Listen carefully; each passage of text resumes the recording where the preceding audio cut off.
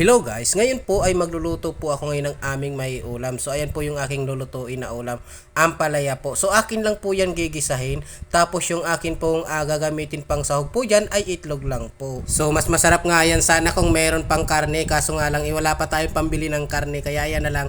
So medyo tipid lang muna tayo guys sa pagluluto ng ulam. At saka kahit na itlog lang yung sahog niyan ay talagang masarap din naman yan, lalo na't ako ang nagluto.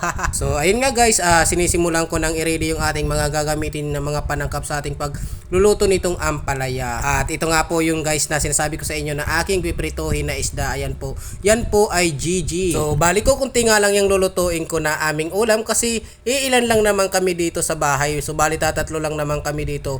Ako at yung ate ko at saka yung isa kong kapatid na lalaki na nagtatrabaho din.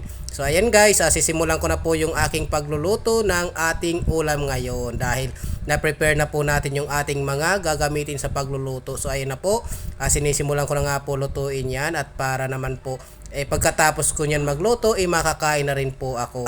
Kasi hindi ko nahihintayin si ate na magsabay pa kami kumain kasi anong oras na din si ate umuwi kasi gabing-gabi na siya umuwi kasi siya yung nagsasara ng aming tindahan. Nauuna na nga ako kay ate umuwi kasi nga ako ay maghahanda pa ng aming makakain. So ako yung magluluto ng aming kakainin sa gabi. Hindi na nga pala ako guys nagsaing kasi nga meron pa naman kaming tirang kanin sa tanghali. So bali initin ko na lang po yan para yan na lang po yung aming kainin. So sayang naman kasi guys kung itatapon ko at hindi pa naman sira, kaya minabuti ko na lang na initin ko na lang at yun na lang yung aming kainin. At sa puntong ito guys nagsasandok na ako dahil nga itapos na ako magluto. So kakain na po ako para man pagkatapos ko kumain makapagpahinga na rin ako kahit konti, makahiga-higa na rin ba.